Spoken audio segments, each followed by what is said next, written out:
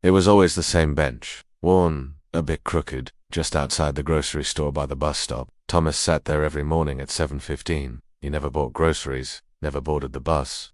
He just sat there. Others noticed him, but only like you notice a lamppost or a crack in the sidewalk. There, but fading into the background. At one time Thomas had everything, or at least he thought he did. A steady job at the steel mill, a small house with ivy creeping up the side.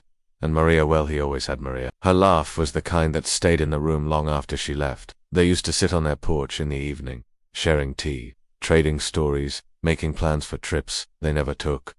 Then the layoffs came. The mill shut down in a month. 40 years of work, gone in a letter and a handshake. Thomas tried to find something new, but nobody wanted a man his age who still kept handwritten resumes in a folder. Every "we'll call you back" just echoed the silence he already knew too well.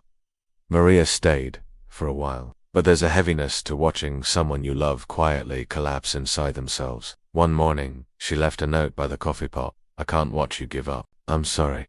The cup beside it was still warm.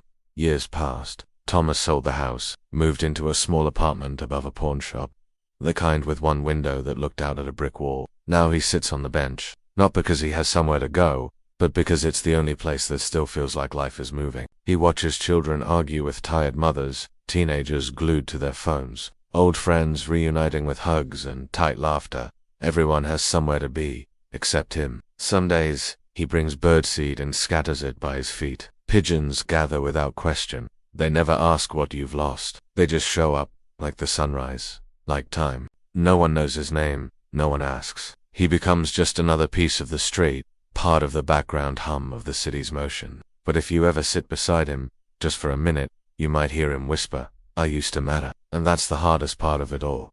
Not the loss, not the loneliness, but being forgotten by a world you gave everything to. Because sometimes, the greatest struggle in life is simply being seen.